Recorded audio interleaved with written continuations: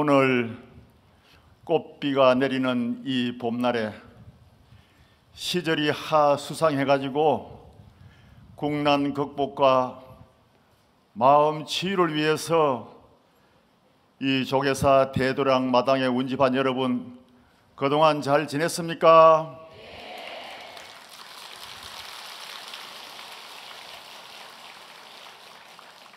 그래도 그동안 시국이 어수선하고 나라 정세가 위태위태할 정도로 걱정스러워가지고 위정자들이 우리 국민을 보호하고 걱정을 덜어주기 위해서 애써야 될 텐데, 우리 국민들이 국가를 걱정하고 위정자들을 걱정하는 그런 시대가 돼가지고 참 안타까운 마음 금할 길이 없습니다. 오늘 여러분들은 그래도 이 나라가 잘 되기를 바라는 마음에서 이 도량에 운집했습니다. 그래도 각자 마음을 치유하는 부처님의 법을 듣기 위해서 오늘 이 자리에 모였습니다. 여러분 스스로가 참 대단하다 생각하시고 마음속으로 자신에게 감사하십시오. 옛날 신라시대 때는 양지 스님께서 절에 와서 울력을 한다든가 또한 불상을 따듬기 위해서 대작 불사를 벌릴 때 그 당시에도 자원봉사자 신도님들이 모여가지고 불사를 하고 작업을 할 때는 공덕가를 불렀다는 것이 삼국유사에 나왔습니다.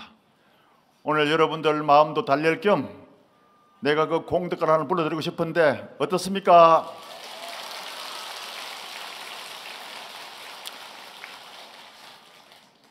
삼국유사에 나와 있는 그대로 내가 그 가사를 가지고 공덕가를 부르겠습니다.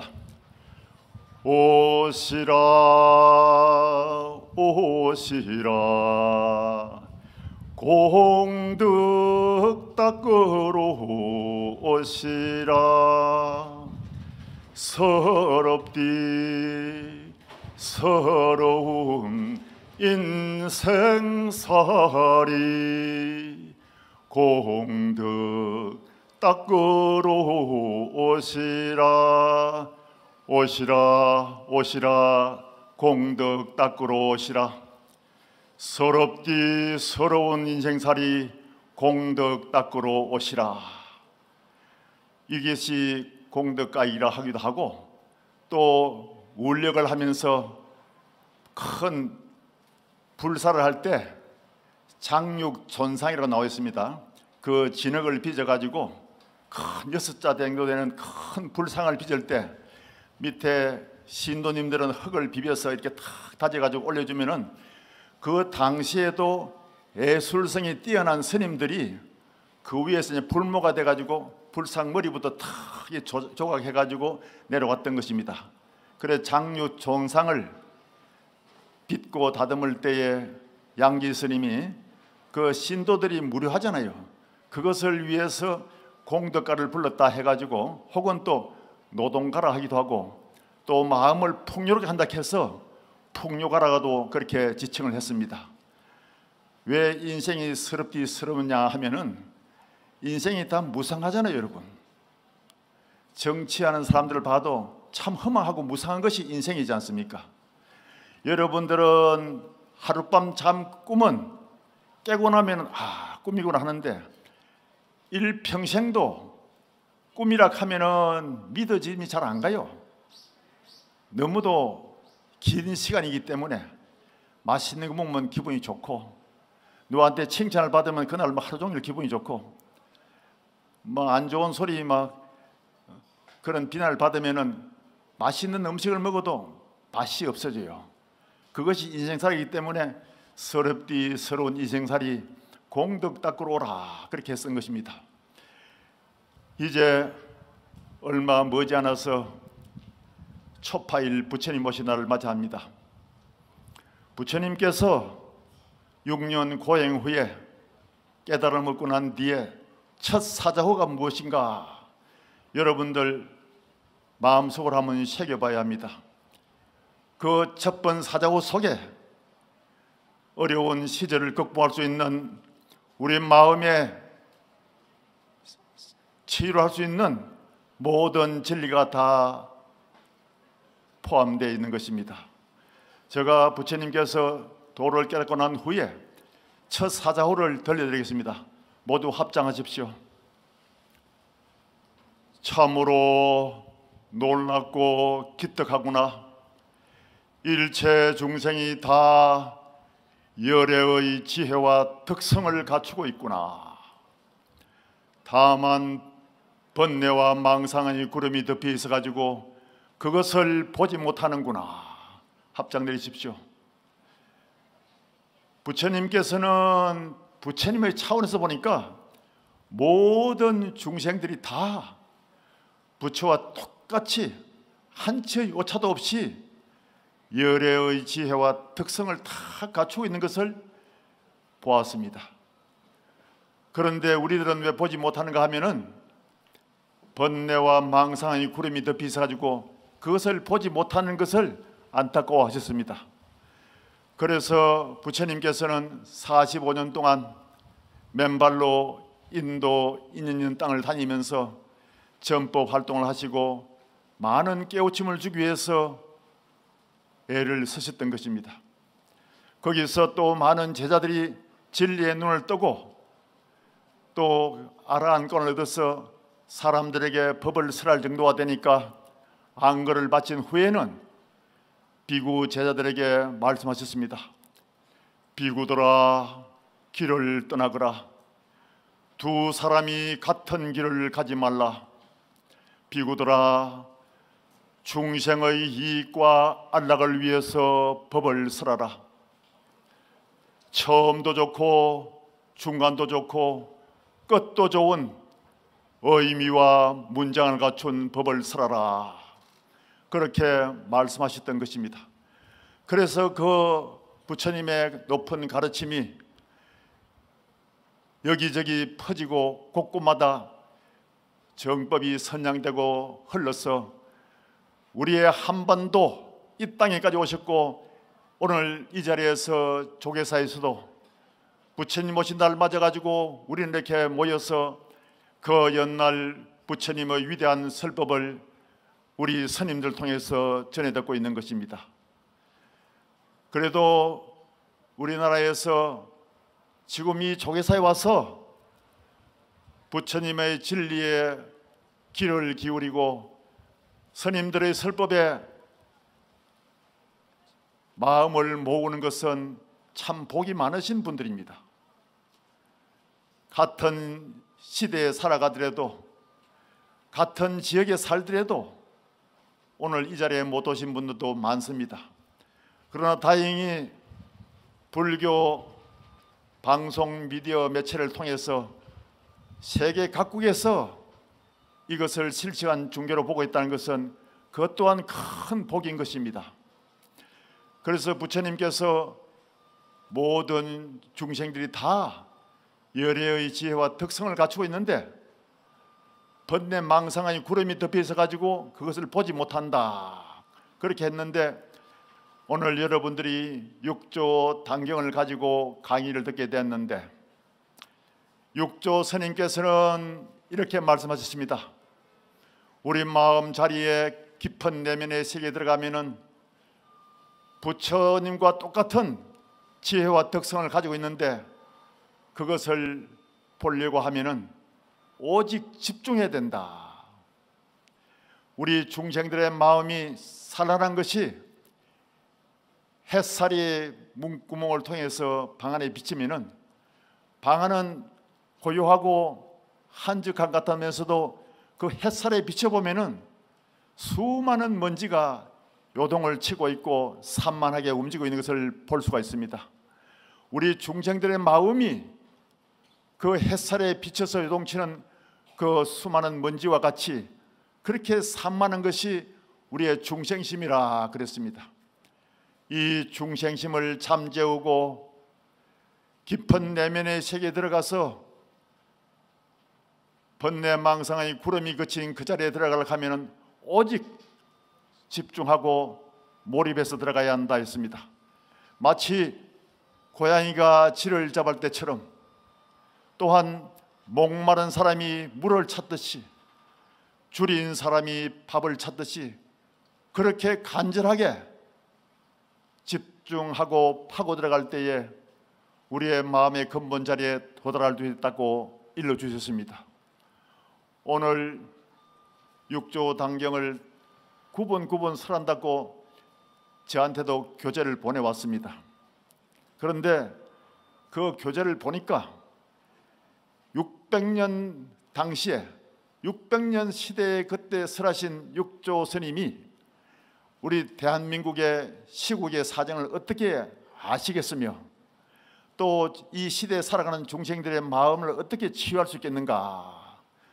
저는 이 시대에 함께 살아가면서 험난한 시국의 정체도 살펴보았고 또 우리 백성들이 겪고 있는 마음에 고생하는 것도 눈여겨보고 같이 살아가고 있습니다. 오늘 저 처방은 6조 스님의 단경을 펼치지 않고 그것을 참고 삼아서 저가 가미해서 저의 처방으로 이 국난 극복과 마음 치유하는 데 명약을 내놓으려고 합니다. 여러분들은 그렇게 하시고 귀담아 들어주십시오.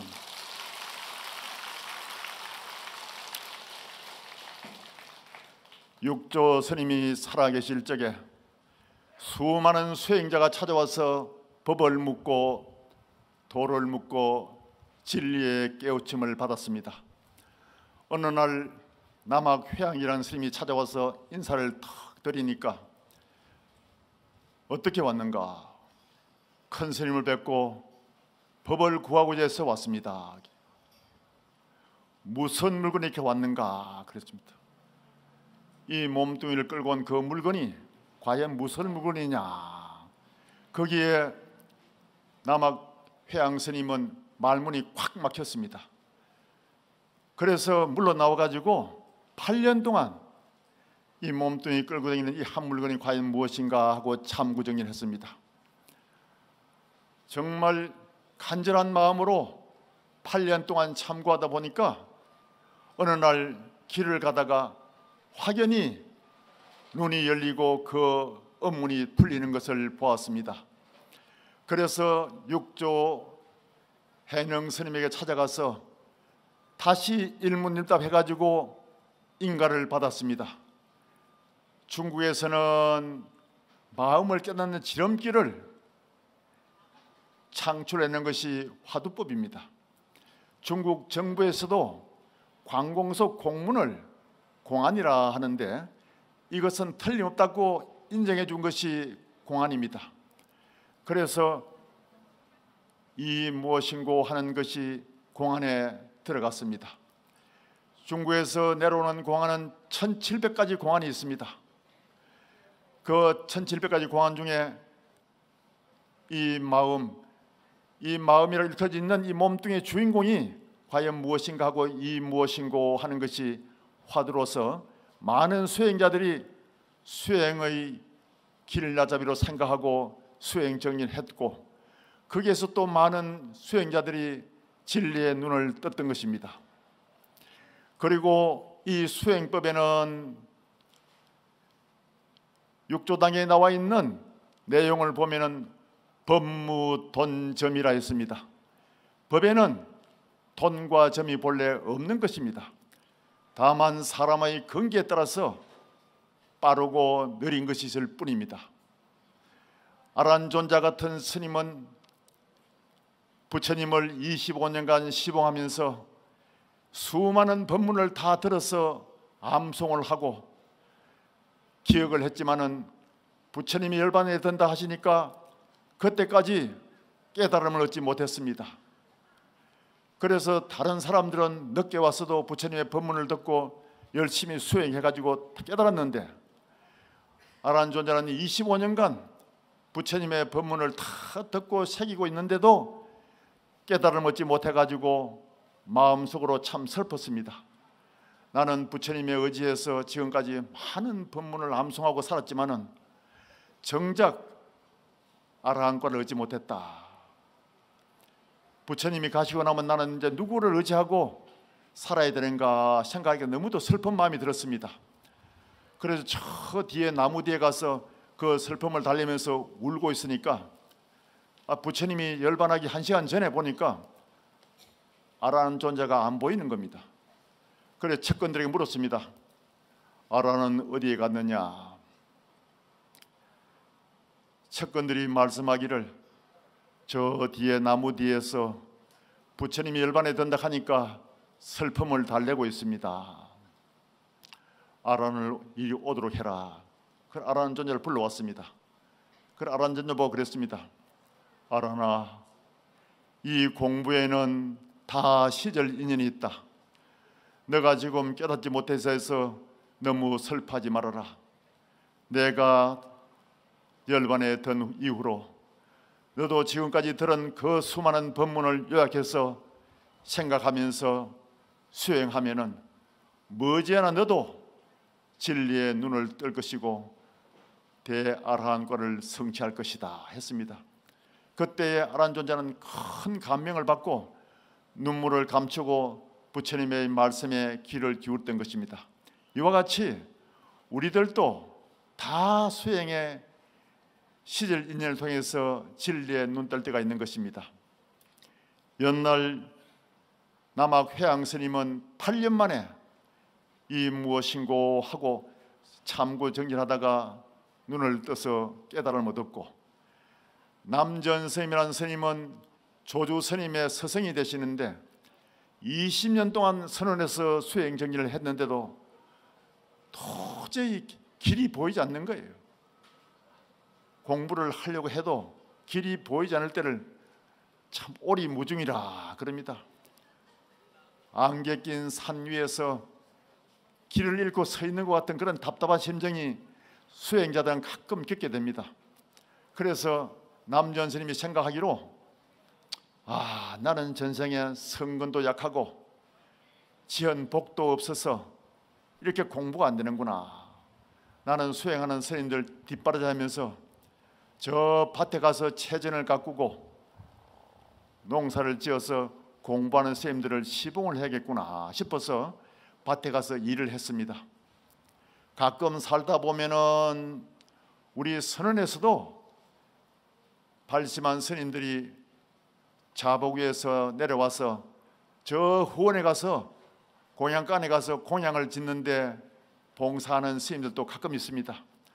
그때 남전 스님도 후원에 가서 채소를 다듬고 채전밭에 가서 채소를 갖고 와가지고 공부하는 스님들 도와주려 할 때에 그렇게 마음을 내려놓고 내려오니까 이 공부가 다 머리에 돌아와가지고 떠나질 않는 거예요. 그러니까 자복 위에서는 참 긴장되어 있던 마음을 내려놓고 나니까 자연적으로 그동안 참고했던 그 공부가 머리에 싹 돌아와가지고 가나 오나 서나 오나 오매불망 화두가 정말 머리에서 떠나지 않다가 호련히 깨달음을 성취했습니다. 그런가 하면은 또 향엄 스님이라는 스님은 청소하다가 기왓장을 집어서 탁 대밭으로 던졌는데 대나무에 탁 하고 부딪히는 소리 나는데 그 순간에도 깨달음을 얻었습니다. 또 영원 스님이라는 스님은 요즘 저 복사꽃이 피어 있는 것을 보고 복사꽃을 한창 구경하고 있는데 꽃이 막 뚝 떨어져 버린단 말이에요. 그 꽃이 떨어지는 걸 보고 순간에 또 진리의 눈을 확 밝혔다 그럽니다. 그러나 우연히 밝힌 것이 아니고 그 순간까지 일구월심 정진하는 마음을 놓지 않고 챙겨갔기 때문에 그런 큰 기쁨의 법피 충만을 느낄 수 있는 것입니다. 옛날 서산대사는 지리산에서 안거를 마치고 행가의 길로 나서 가지고 저 남원 땅을 지나가는데 동네를 지나가는데 마침 낫닭이 우는 소리를 들었습니다. 닭은 보통 새벽에 우는데 낫닭이 우는 소리를 들으니까 특이하잖아요. 그런데 그 낫닭이 우는 소리를 듣고 확연히 진리의 눈이 떠지는 것을 체험했습니다. 그때 서산대사가 읊은 오도송 한 수를 들려드리겠습니다.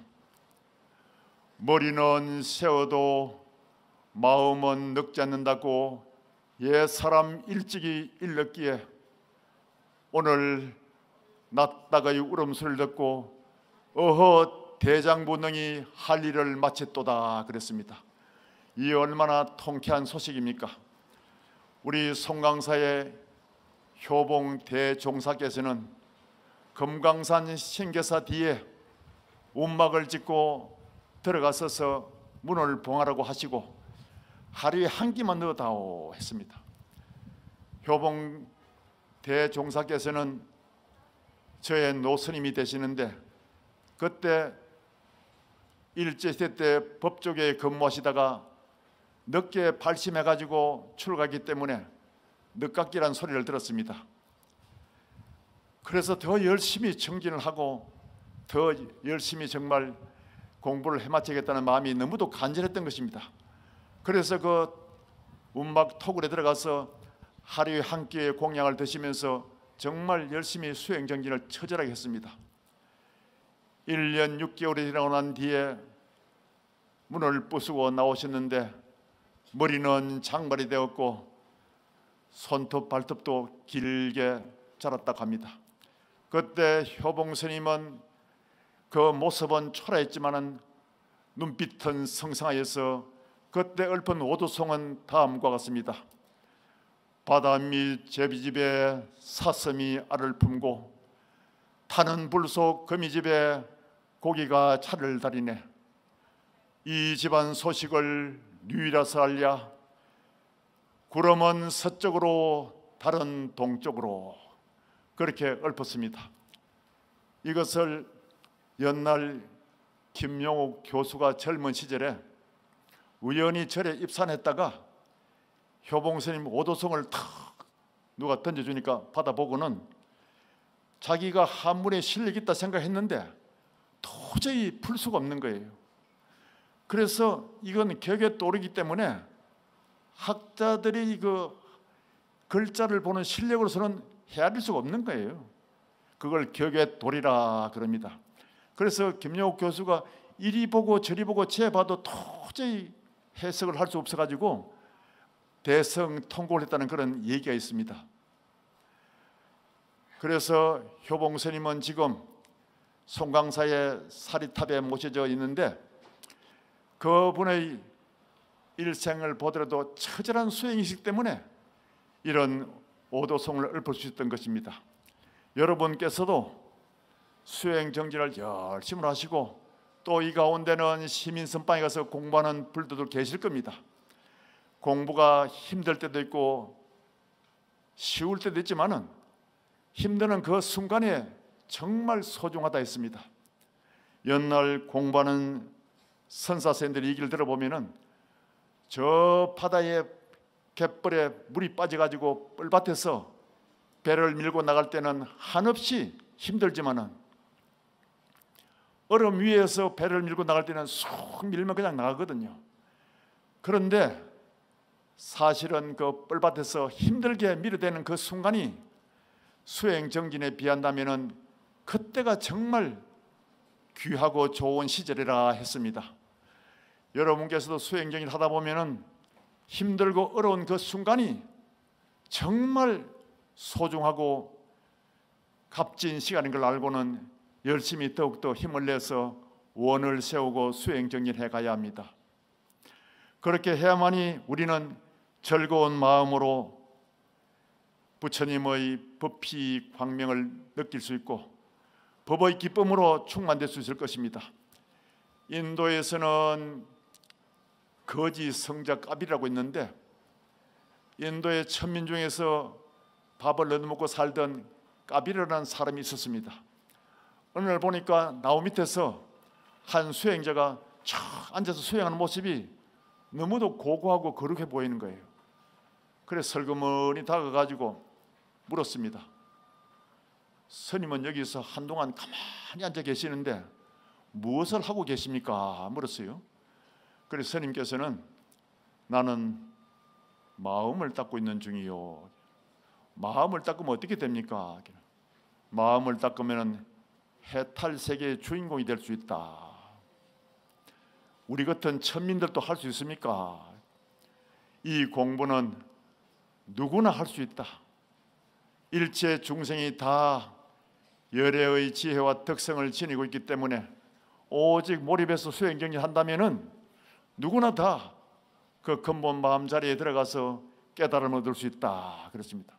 그럼 저에게도 그 공부법을 가르쳐 주십시오 그랬습니다. 그래서 그 스님에게 공부법을 배워가지고 밥 얻으러 가서 국을 하고 와서는 우두커니 나무 밑에 앉아가지고 정말 참 그 수행하는 스님처럼 자정을 해가지고 하루 이틀 3일 쫙 지내갔던 것입니다. 그런데 같이 동료들은 나무 밑에 기대가 졸고 있는 줄 알고 건드리질 않습니다. 그래 탁 공부하다가 또 때가 되면 가서 탁발해 와서 얻어먹고 또 공부를 하고 했는데 한 3년이 흘러갔었어요. 인도에는 큰 부자를 장자라고 합니다. 경전에 나오는 그런 장자들은 대부호를 말합니다. 그런 사람들은 뒷뜰에 그 넓은 정원이 있기 때문에 정원에는 수많은 꽃나무를 심어놨습니다. 이렇게 봄철이 되어서 꽃이 필 때에는 그 정원을 개방해가지고 그 지역의 많은 사람들에게 꽃 구경할 수 있도록 기회를 준답니다. 그러니까 이 까비르의 친구 되는 거지들도 꽃 구경을 하고 싶다고, 야 까비르 저기 부잣집에 정원을 개방했다 하니까 우리도 꽃 구경하러 가자 그랬습니다. 그런데 까비르는 가만히 앉아서 오직 참구정리를 하고 있었던 것입니다. 그래서 친구들이 불렀습니다. 까비르 꽃 구경 가. 그 옆에 있는 친구가 놔두라 졸고 있는갑다 그냥 가자. 그래 척 갔는데 그때에 까비르가 탁 눈을 뜨면서 외쳤습니다. 벗시여 꽃을 보러 정원으로 나가지 말라. 그럴 필요는 없다. 벗시여 거대 안에 꽃들이 만발한 정원이 있다. 그 아름다움을 보아라. 얼마나 통쾌한 소식입니까? 그 소리를 듣고는 그 당시에 주위의 사람들은 이해를 못했지만은 이 이후로 이 까비르라는 사람은 수많은 마음속에 깨침에서 나오는 그런 시를 적었고 시를 탁 낭송하면은 그것을 많은 사람들이 받아서 가지고 외우고 전해줬던 것입니다. 그래서 근래까지 내려왔기 때문에 인도의 시성이라 부르는 타고르는 까비르의 그 구전으로 전해 내려오는 시들을 모아가지고 28개국의 은혜로 전 세계에 번역해가지고 배포했던 것입니다. 우리 한국에도 법정스님 수필집에서 이 까비르에 대한 내용이 잠깐 언급된 적이 있습니다.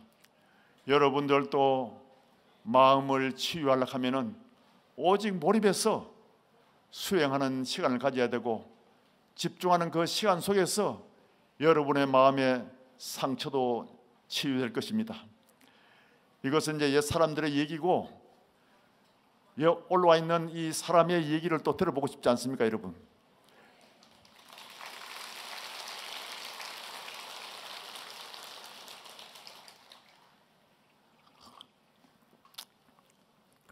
옛날 얘기보다도 제가 겪어온 수행의 얘기를 들으면은 더 여러분들이 마음속에 감흥이 닿을 것입니다. 저는 처음에 출가할 때가 71년도입니다.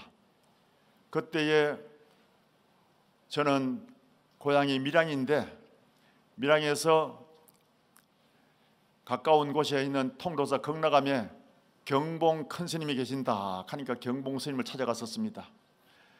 스님한테 와서 마음을 닫고 공부를 하려고 왔습니다. 그러니까 경봉 스님이 딱 보시더니 내 좋은 데 소개해 줬구만. 저 송강사 구산 스님한테 가거라 하거든요. 그래, 이상하다. 그래서 경상도에서 전라도 그때 고속버스도 안 생기고 고속도로 생기지 않았기 때문에 길도 멀고 또 전라도 가려면 또 사투리도 이상하잖아요. 우리가 만화책에 보니까 그렇단 깽 아니단 깽 하는데 그거 가서 내가 배긴다는 것이 도저히 엄두가 안 나가지고 저번에 종정으로 지냈던 진제 스님의 서성이신 한국 스님 머물고 있는 원래 묘 관음사를 찾아갔었습니다. 거기 가서 인사를 탁 드리니까 한국 스님께서 하시는 말씀이 나는 요즘 상자 잘 안 맞는다. 내가 좋은 스님 소개해 줬구만. 송강사 구산 스님한테 가거라 하거든요. 두 선지식 스님이 그렇게 하니까 관심이 좀 생긴 거예요. 송강사가 어떤 곳인가.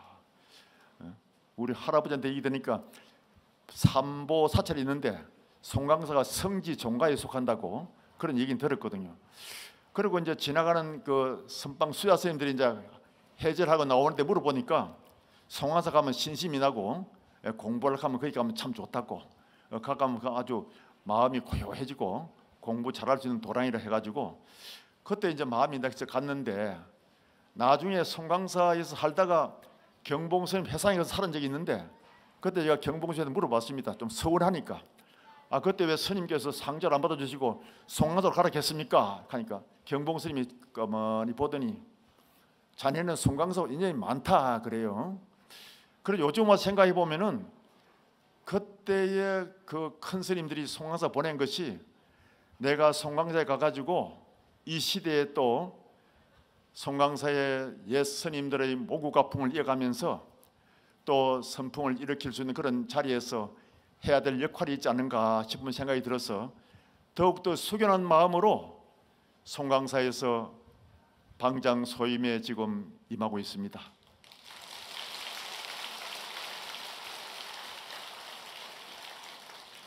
구산 스님한테 가서 참배를 하고 공부를 하기 위해서 왔습니다. 그러니까 스님께서 하시는 말씀이 이 세상에서 가장 귀중한 것이 무엇인고 가만히 있으니까 이 세상에서 가장 소중한 게 뭔고 말이다 하더라고요.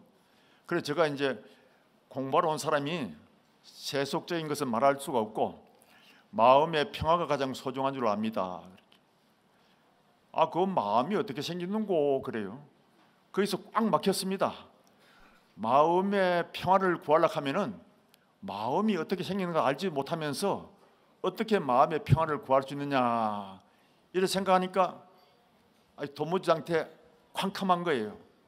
그래서 거기서 행자 생활을 거치고 선방에 들어가지고 가만히 생각하니까 얼마 가지 않으면은 제 방에 선지식 노스님들이 입적에 드실 것 같고 그 스님들이 열반에 드시면은 어디 가서 또 그런 선지식을 만나고 내가 수업을 할 수 있을까 싶어가지고 한 10년 동안 이 선방 저 선방 다니면서 그 당대 이름 있는 경봉 대선사나 향곡 대선사, 성철 대선사, 또 저 봉암사의 서암 대선사, 백양사의 운문암에 계시는 서홍 대선사, 인천 용화사에 계시는 정강스님, 송강스님 이런 분들을 쭉 찾아다니면서 한치를 다 공부를 배우고 나니까 10년이라는 세월이 흘러갔습니다.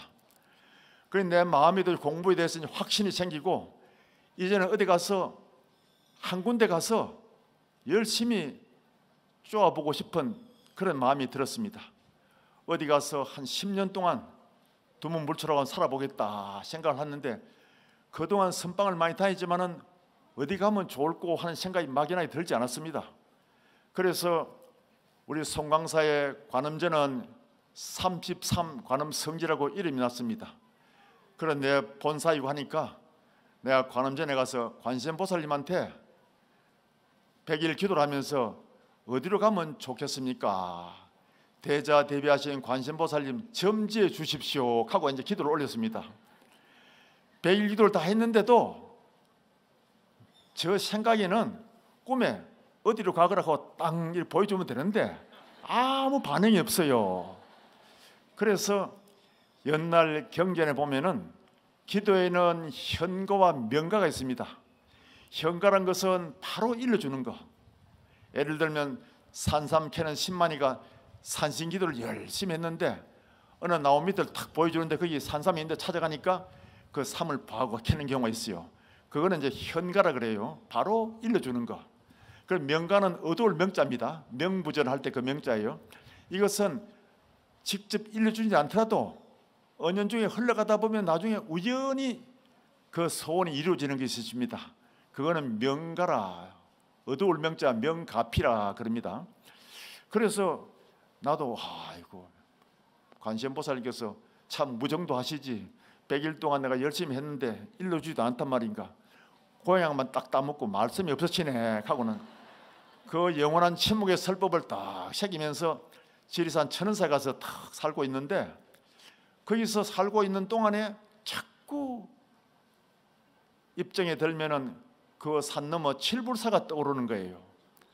칠불사는 해발 800m에 자리 잡았는데 저 민가가 멀리 떨어져 있고, 또 옛날에 큰 스님들 다녀가신 그런 참 유서 깊은 도량이고, 또 우리 김씨 조상님 칠왕자가 가서 수도해서 성불한, 그래서 칠불이라는 이름을 가진 그런 유서 깊은 도량입니다. 칠불사가 계속 떠오르는 거예요. 아, 이것도 참 관세음보살님 일러주는 명가 가피인갑다 생각하고는 칠불사 주지 통강스님에게 편지를 써서 올리고 해제대에 찾아갔었습니다. 그래 가서 이제 또 그 마침 같이 옛날에 살던 도반 스님들이 살고 있어가지고 거기서 방부를 드렸어요. 그리고 거기서 7년 동안 침묵의 생활을 보냈습니다. 거기 모여있던 대중들이 같이 또 두문불출하고 3년을 같이 살자 해가지고 3년 결사정진을 19분이 했었습니다. 그 10년을 마치고 난 후에 저 반야봉 위에 올라가서 마음속으로 시방 세계 재불보살님들에게 발언을 하고 싶어가지고 올라갔습니다. 그때 마침 비가 부슬부슬 오는데 올라갈까 말까 생각하고 있는데, 여기서 얼마 있으면 또 오셔가지고 법문하실 무여 큰 스님께서 같이 그때 살았었어요. 무여 스님이 왜 짐을 사놓고 마루에 앉아서 가지 않고 있느냐 하더라고요. 아니, 비가 와서 안 가고 있다 하니까 무여 스님 하시는 말씀이 수행자는 비가 오든 눈이 오든 가는 거라요 그러는 거예요.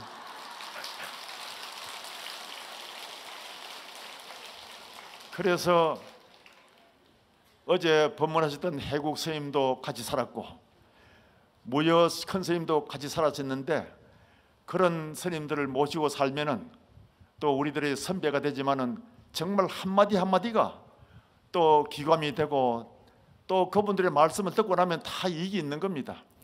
알겠습니다. 수행자는 비가 오든 눈이 오든 가는 겁니다 하고 쫙 올라갔습니다. 그래 이제 우비를 서고 배낭을 지고 올라가는데 중턱쯤 올라가니까 거기는 비가 안 오고 햇빛이 나고 있습니다. 그래서 쫙 올라가서 반야봉에 올랐습니다. 올라가지고 쫙 내려다 보니까 비가 오는 도중이라서 저 아래 사바세계에는 구름이 쫙 깔려 있습니다. 저 남원 쪽을 보고 뱀사골 쪽을 봐도 구름이 쫙 깔려 있고, 뒤를 보면은 하동이고 화기골인데 그쪽에도 구름이 쫙 깔려 있었습니다. 그런데 산 봉우리만 드문드문 섬처럼 떠 보이는 거예요. 그래 구름이 이제 저쪽에서 넘어오는데 이쪽 계곡을 넘어가는 건데 발밑을 쫙 물길처럼 지나가는 거예요. 그 신비로운 구름의 바다 위에서 탁 서 있던데 발밑으로 지나가는 그 구름이 신기하게 느껴졌습니다. 그래서 야, 이런 세상, 이런 경치도 있구나 싶어가지고 두 손으로 구름을 탁 움켜쥐고 딱 올렸습니다. 올려보고 딱 열어보니까 아무것도 없어요. 야, 이거 무슨 일이지? 다시 한 번 더 탁 들어가지고 딱 열어보는 순간에 분명히 한 줌을 찧었는데 열어보니 아무것도 없는데, 그때 반딧불처럼 반짝 지나가는 모든 법의 공한 이치가 여기에서 벗어나지 않는구나 것을 마음속으로 체득했습니다.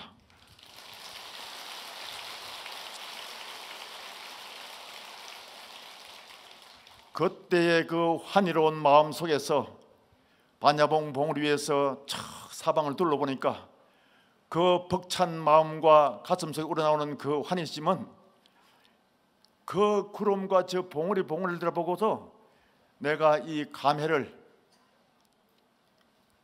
노래를 하나 불러야겠다 생각하고 그때 그 반야봉 봉우리에서 반야의 노래를 불렀던 것입니다. 한번 듣고 싶어요.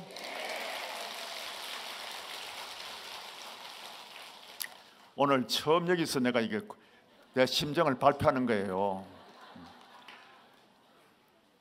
이거 듣고서 여러분 다 마음속에 마음의 치유가 되시고 또 어려운 국난이 회복돼 가지고 다져진 땅에 물이 고이듯이 대한민국이 더욱더 발전한 나라가 되었으면 좋겠다 싶은 마음에서 그때 불렀던 이 감회의 노래를 불러드리겠습니다.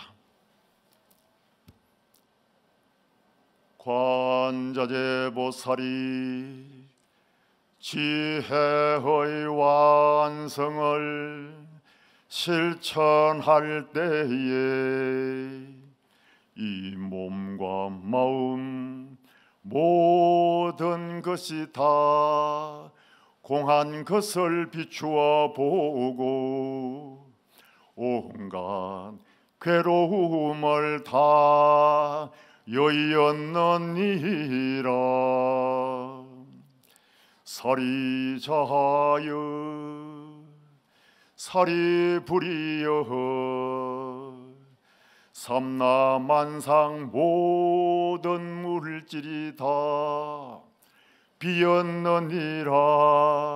비었음이여 본래 한 물건도 없느니라. 없음이여 보이지 않는 세계에서 보이는 세계로 모습을 나타냈다가 그 인연 타면 보이지 않는 세계로 돌아가나니 그리하여 있는 것이라 해도 있는 것이 아니요 없는 것이라 해도 없는 것이 아니니라. 과거 현재 미래의 모든 부처님들도 이 묘한 진리를 깨달아서 성불하셨네. 살이 자하여 살이 불이여 너와 내가 둘이 아닌 무아의 경지 나고 죽음이 없는 영원한 세계에 그 오묘한 진리의 세계로 향해 가자 가자 어서 가자 니르바나로 어서 가자 가자 가자 어서 가자 본래 청정하고 흔들림 없고 영원하고 지혜와 덕성이 부족한 마음의 근본 자리 깨달음의 세계로 향해 어서 가자.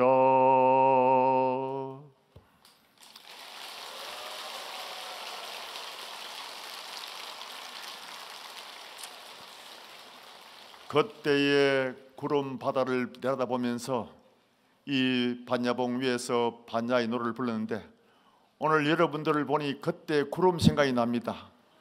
구름처럼 모였던 운집한 대중이 바로 여러분들이 아닌가 싶은 생각이 들기도 했습니다. 그때 누가 알았으리요? 이 반야의 노래를 조계사 대웅전에 와서 부를 줄이야. 여러분들은 복 받았습니다.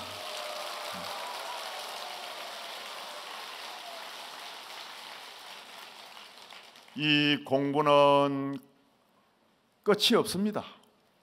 부처님의 깨달은 경지가 저 밝은 하늘의 태양이라 하면은 그때 내가 체험한 그 공경계는 반짝이는 반딧불과 같은 존재라고 생각이 되어집니다. 그래서 이 수행은 끝이 없고 또 반짝이는 그 지혜를 가지고 법문이라 하고 다니고 만약에 얕은 지혜를 가지고 그 지견을 가지고 떠들고 다닌다면 많은 사람들이 갈 때에 고생하는 것을 보았습니다. 부처님께서도 부처님의 생애를 돌아보면 마지막 순간까지 여명이 밝아오는 숲길을 산책하면서 선정을 닦으셨다는 그런 광경을 우리는 기록으로 볼 수 있습니다. 이 수행은 점점 더 깊이 들어갈수록 참구정진해야 되고 수행은 놓아서는 절대 되지 않는 것입니다. 수행을 놓고 방해를 한다 하면은 설령 지혜를 반짝이듯이 체험을 했다 하더라도 매해버리는 것입니다. 그래서 이 수행은 끊임없이 수행 정진해야 되고 이 수행 정진은 콩나물에 물 주는 것 같다 했습니다. 여러분 콩나물 시루에 콩을 키워본 사람 손 들어보세요. 손 내리십시오. 우리는 같은 시대에 사는 사람들인가 봐요. 옛날에 방학이 돼가지고 할아버지 집에 가면은 작은 방에 커다란 콩나물 시루를 넣어놓고 거기에 이제 밑에 이제 큰 물그릇을 두고 그 콩나물 시루를 그 위에 이제 나무 가지 두 가지를 딱 걸쳐 올려놨는데 그 콩나물 시루 도가니는 구멍이 뻥뻥 뚫려 가지고 물이 다 흘러내려 버립니다. 거기에 집을 깔아놓고 콩을 수북이 올려놓고서 그 밑에 물을 퍼가지고 바가지 올리면은 하루에 7번 이상 물을 줘야 된대요. 그래 주면은 그 물이 다 타고 내려오 버리고 한 방울도 남아있지 않지만은 한 번 머금고 지나간 그 물이 인연이 돼가지고 선건이 돼가지고 나중에는 일주일 후에 발화가 돼서 수북히 콩나물이 자라 올라옵니다.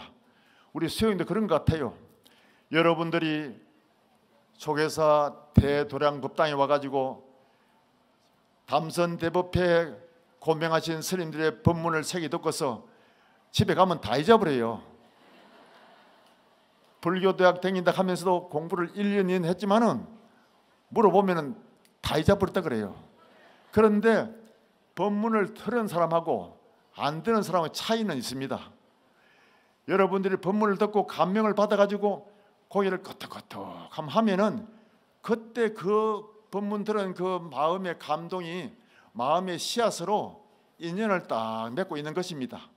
그것이 나중에 언젠가 내가 수행할 때가 되면 그것이 성건이 돼가지고 발화가 되어서 삭을 틔우고 꽃을 피우고 결실을 맺게 되는 것이에요. 여러분들 여기 와서 법문 들은 사람하고 안 오고 안 들은 사람하고 천지 차이인 거예요. 요 문턱을 나가다 잊어버리더라도 아무 걱정할 게 없어요. 오늘 이 자리에 모인 사부 대중께서는 모든 법문과 부처님의 가르침이 이 가슴 속에 남아 있습니다. 귀로 흘려버렸다 하더라도 이 마음 속에 고개를 끄덕끄덕하고 박수를 한번 칠 때 그때 그 감명은 마음 속에 인으로 남아 있는 거예요. 이것이 씨앗이 돼가지고 언젠가는 삭을 틔우고 꽃을 피우고 결실을 맺을 것입니다. 그래서 법문 듣고 불교대 와서 공부했다 해서 다 잊어버렸다 해도 걱정할 게 하나도 없어요. 어디 있느냐? 여기에 딱 씨앗이 자리 잡고 있는 겁니다. 그래 나중에 성근을 탁 꽃 피워가지고 만날 때 되면은 정말 선지식 한마디에 은하에 오도하는 인연을 만나는 것도 그런 성근이 없으면 절대 할 수 없는 것입니다.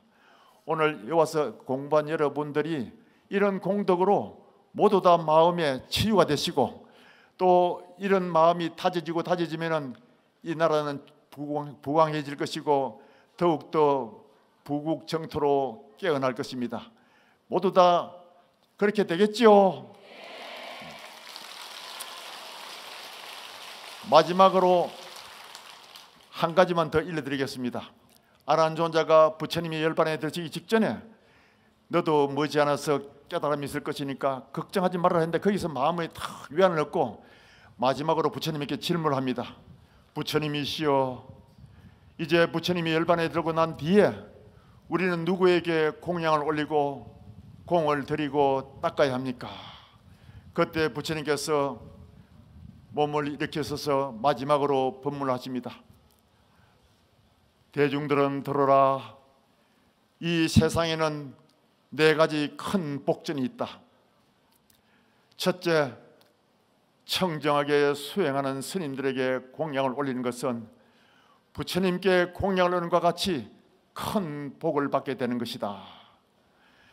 두 번째는 부모에게 효도하는 것은 부처님을 잘 섬기고 공양 올리는 것 같은 버금가는 복을 받는다 그랬습니다. 세 번째는 병든 사람을 잘 치료하는 데 도와주고 간병해 주는 것은 제불보살님을 잘 모시고 시부하는 것 같은 복을 받는다 그랬습니다. 네 번째는 가난한 사람이 음식을 먹지 못해서 굶주리고 있을 때 그 사람에게 음식을 제공하고 건강을 회복해 가지고 그 사람도 또한 사회의 일원이 돼 가지고 그 사람이 얻어먹고 힘을 차린 것 같이 또 그 사람 역시 다른 사람을 도와주고 다른 사람에게 선행을 베푼다 하면은 이 세상은 평화로워질 것이고 좋아질 것이다. 그래서 이 세상에는 네 가지 복전이 있으니까 이 복전을 잊지 말고 공양을 올리고 복을 닦도록 하라 했습니다. 그 당시에 부처님께서 일러준 이 복전이 지금 이 시대에도 틀림없이 해당이 되고 있습니다. 청정하게 수행하는 수행자들이 계시는 삼보 도량에 와서 공양 올리는 것은 부처님을 잘 시봉한 것 같은 그런 큰 복을 받게 되는 것입니다. 그리고 부모님을 잘 섬기는 것은 자손들에게 가장 좋은 가정교육이 되는 것입니다. 부모에게 효도하는 집안에는 가정교육이 필요 없습니다. 그 자손들이 보고 배웠기 때문에 그대로 효도를 하기 때문에 그 집안은 자자선손 번창하게 되어 있는 것입니다. 옛날부터 왕대밭에 왕대가 난다는 말이 있습니다. 여러분들이 부모님을 잘 모시고 공경할 때 내 자손들이 그것을 보고 배우고 또 효심을 키우는 것입니다. 내가 부모님을 홀대하면 반드시 내 자손들도 홀대하는 그런 인연으로 만나게 되는 것입니다. 그리고 병든 사람 아무리 인연이 없고 연고가 없다 하더라도 그런 사람을 도와주고 치료하는 데 일조를 해주고 또 그 사람이 건강을 회복해가지고 그 감명받은 사람이 많은 사람들의 병자들을 구원할 수 있는 그런 원을 세운다 하면은 이 세상은 더욱더 따뜻해질 것이고 행복해질 것입니다. 또 가난해서 밥을 굶는 사람이 있을 때는 그런 사람을 도와주고 그런 사람이 다시 기운을 차려 가지고 사회의 일원이 되었을 때 이 세상에서 그 사람들도 역시 자기 신세와 같았던 사람들을 도와줄 마음을 낼 것입니다. 그렇게 되면 점점 이 세상은 따뜻해지고 많은 사람들이 서로 나눔을 가지고 행복해질 것입니다. 이 지구촌에 와서 우리가 영적 진화를 위해서 한평생 수행하고 살아가는 데는 남에게 베풀고 보시하는 것하고 자기의 정신적인 수행하는 것하고 이 두 가지가 꼭 필요한 것입니다.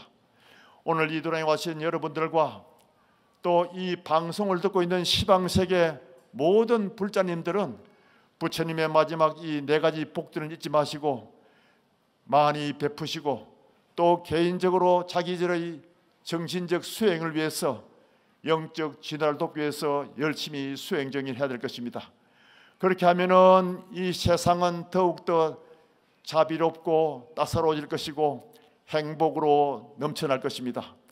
그리고 우리 마음도 그렇게 복을 짓고 나면은 치유가 될 것이고 남을 원망하기보다는 감사하는 마음으로 살아가게 될 것입니다. 이런 마음 속에서 우리는 불심의 꽃을 피우고 부처님 오신 이 연당 아래에서 지혜와 자비의 꽃을 피울 것을 다짐하면서 우리는 이 법회를 마감해야 될 것입니다. 모두 다 그렇게 하기를 바라면서 법문을 마치겠습니다.